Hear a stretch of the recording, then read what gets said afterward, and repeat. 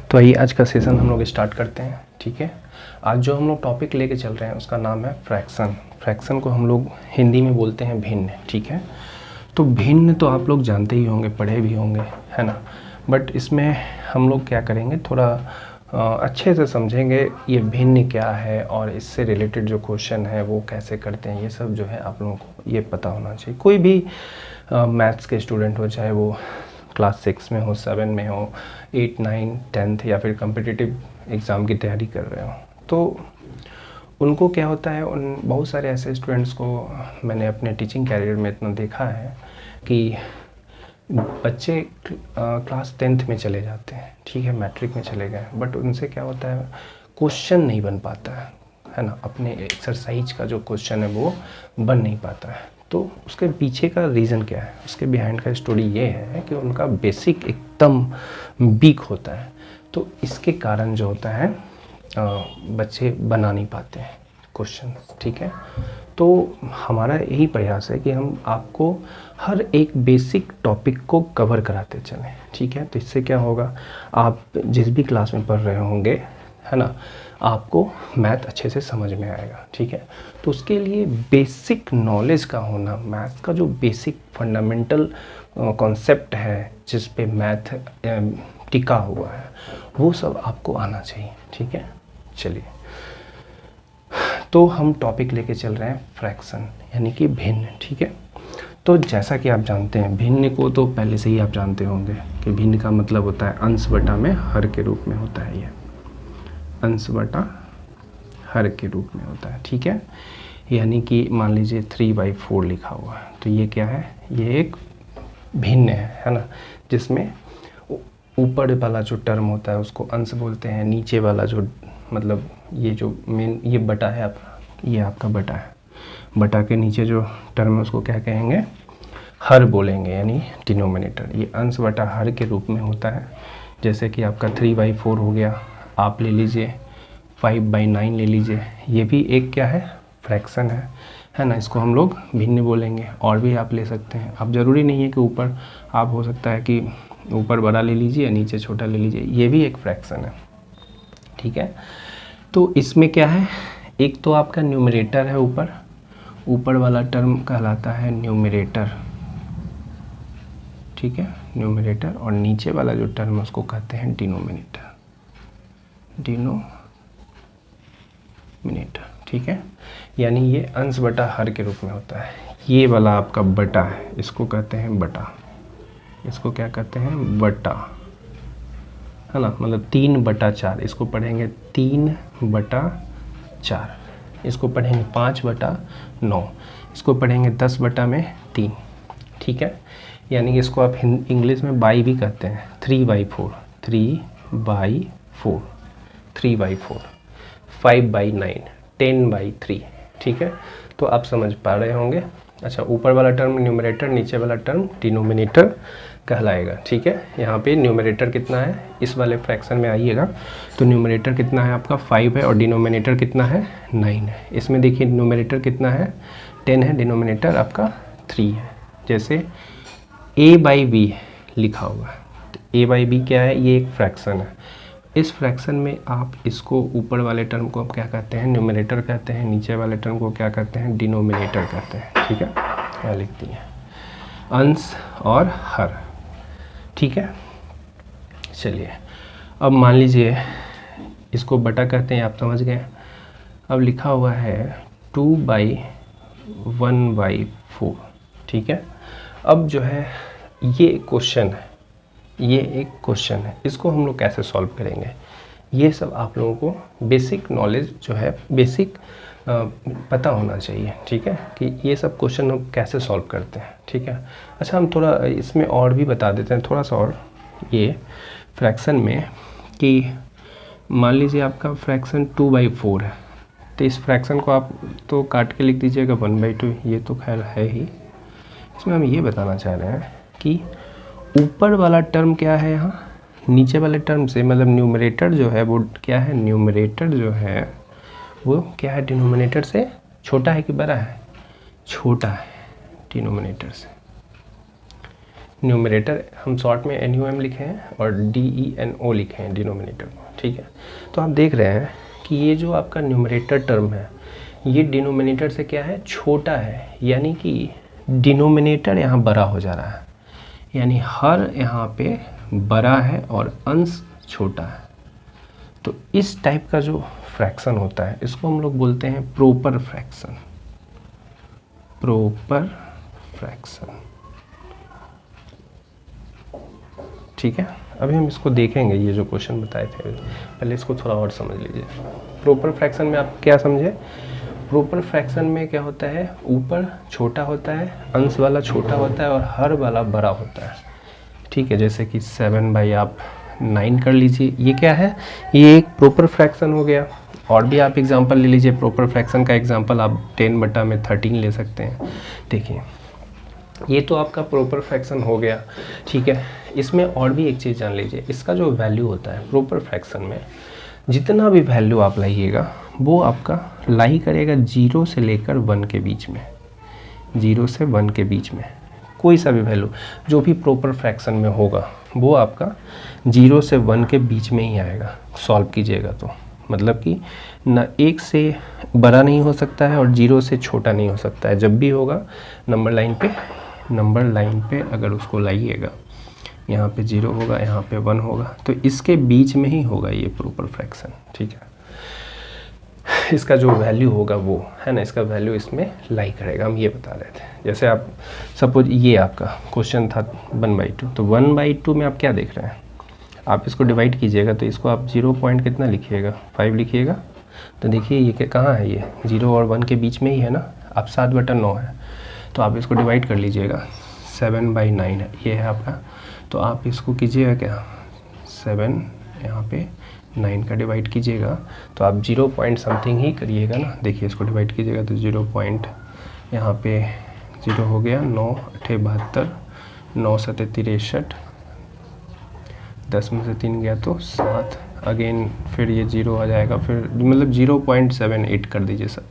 तो यहाँ भी आप देख पा रहे हैं, ठीक है, क्या देख पा रहे हैं कि इसका भी वैल्यू कहाँ है, 0 और 1 के बीच में ही लाई कर रहा है। तो ये कौन सा फ्रैक्शन कहलाता है, इसको हम लोग बोलते हैं प्रॉपर फ्रैक्शन, ठीक है। क्या बोलते हैं, प्रॉपर फ्रैक्शन, ठीक है। और यहाँ भी देख लीजिए 10/13 कीजिएगा तो ये भी आपका कहाँ आएगा, 0 और 1 के बीच में ही होगा। आप डिवाइड करके भाग करके चेक कर सकते हैं, ठीक है। चलिए इसके बाद होता है इम्प्रॉपर फ्रैक्शन, इम्प्रॉपर फ्रैक्शन। तो इम्प्रॉपर फ्रैक्शन में क्या होता है कि जो प्रॉपर नहीं है वो इम्प्रॉपर है। जैसे कहने का अर्थ ये हुआ कि इसमें होता क्या है कि डिनोमिनेटर,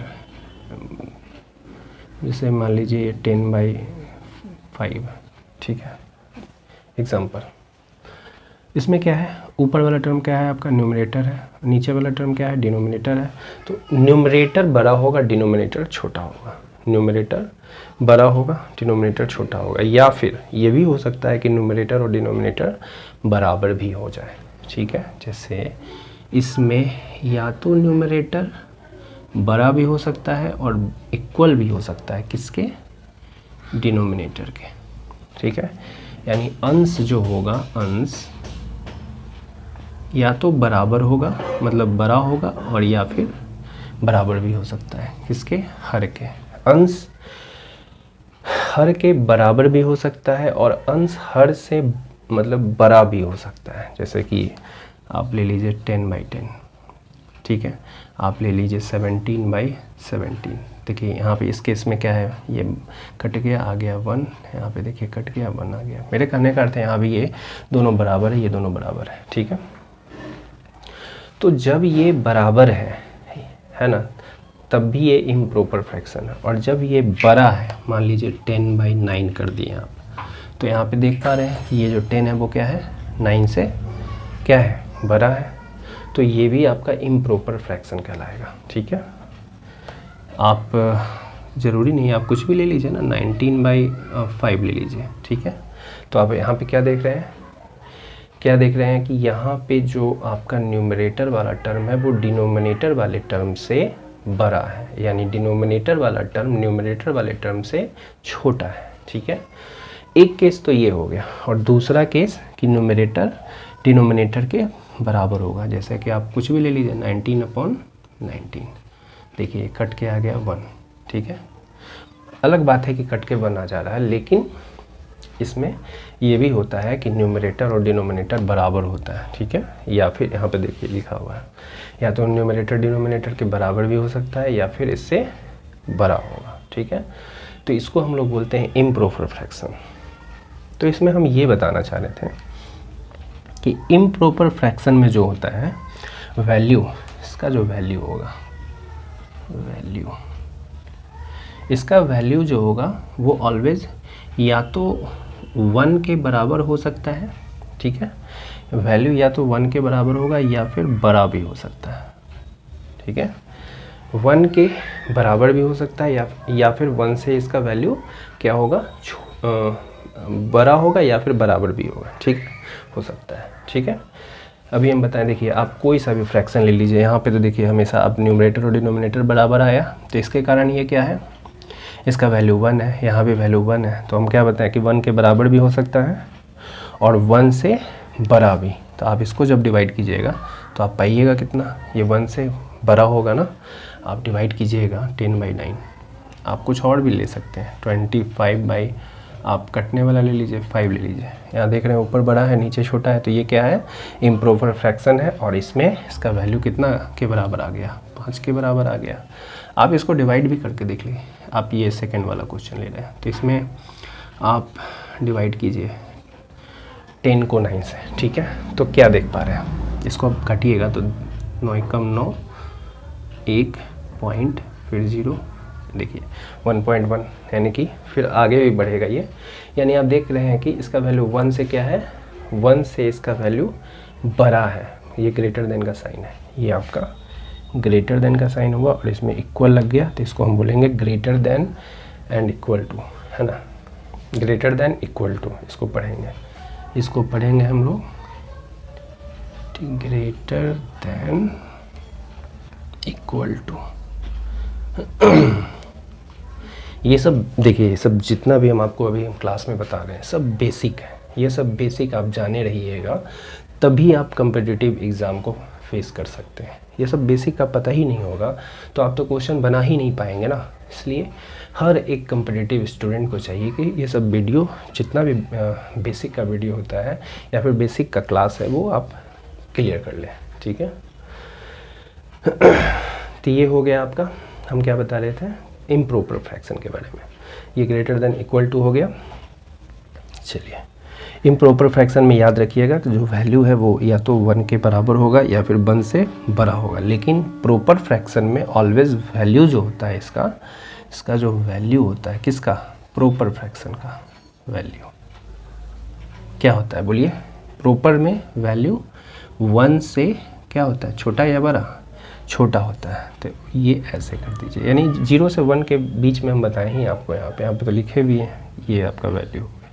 इसका वैल्यू यहाँ से 0 और 1 के बीच में लाई करेगा। ठीक है, ऐसा नहीं कि 0 से छोटा हो जाएगा, ये भी नहीं है। ठीक है, ये 0 और 1 के बीच में इसका प्रॉपर फ्रैक्शन में वैल्यू आता है। ठीक है, और इम्प्रॉपर में आपको क्या बताया कि या तो 1 के बराबर होगा या फिर 1 से बड़ा होगा, कुछ भी 1 से बड़ा हो सकता है। तो आप इसका एग्जांपल, चलिए 2-4 को एग्जांपल बताइए आप प्रॉपर फ्रैक्शन का। हम कुछ फ्रैक्शन ही लिख देते हैं, प्रॉपर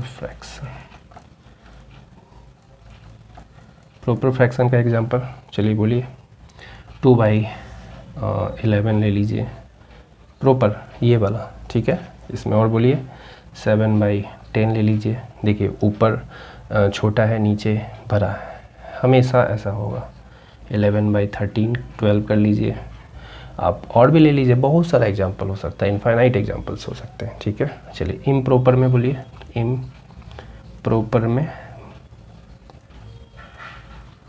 बोलिए, आप 19/19 ले सकते थे, आप 19/11 ले सकते थे। क्यों? क्योंकि नीचे देखिए ऊपर बड़ा नीचे छोटा, ये कहाँ है इम्प्रॉपर, ऊपर बड़ा नीचे छोटा, अंश बड़ा हर छोटा, न्यूमरेटर बड़ा डिनोमिनेटर छोटा, या फिर न्यूमरेटर और डिनोमिनेटर दोनों ही इक्वल, ये इम्प्रॉपर फ्रैक्शन में होता है। ठीक है, और भी बोलिए 29 बाई आप 12 कर लीजिए, और बोलिए 30 बाई 18 कर लीजिए। ठीक है, तो इस समय क्या देख रहे हैं, सब जो है अंश बड़ा है और हर छोटा है, तो ये इम्प्रॉपर फ्रैक्शन का ये एग्जांपल है। ठीक है, तो इसको नोट डाउन कीजिए, फिर हम बताते हैं आगे। चलिए आगे हम देखेंगे थोड़ा, उसके आगे है मिक्स फ्रैक्शन। मिक्स्ड फ्रैक्शन, तो मिक्स फ्रैक्शन में क्या होता है, जैसे आप कोई सा भी फ्रैक्शन ले लीजिए, पहले 10/3 ये आपका फ्रैक्शन है, ये कौन सा फ्रैक्शन है आपका, ये इम्प्रॉपर फ्रैक्शन है। तो इसको जब आप सॉल्व कीजिएगा तो ये मिक्स फ्रैक्शन के रूप में आप लिखिएगा 3 तिहाई 9 और 1 10, ऐसा लिखिएगा। आप डिवाइड कीजिएगा तो ऐसे डिवाइड किए आप, ठीक है, 3 3 जा 9 लिख दिए, फिर यहाँ घटाएं तो बनाया। ठीक है, तो ये एक मिक्स फ्रैक्शन का एग्जांपल है। मिक्स फ्रैक्शन में एक तो आपका ये वाला इंटीजर होता है, मतलब होल नंबर आया, और एक आपका कौन सा फ्रैक्शन है ये बताइए, ये वाला, ये आपका प्रॉपर फ्रैक्शन है।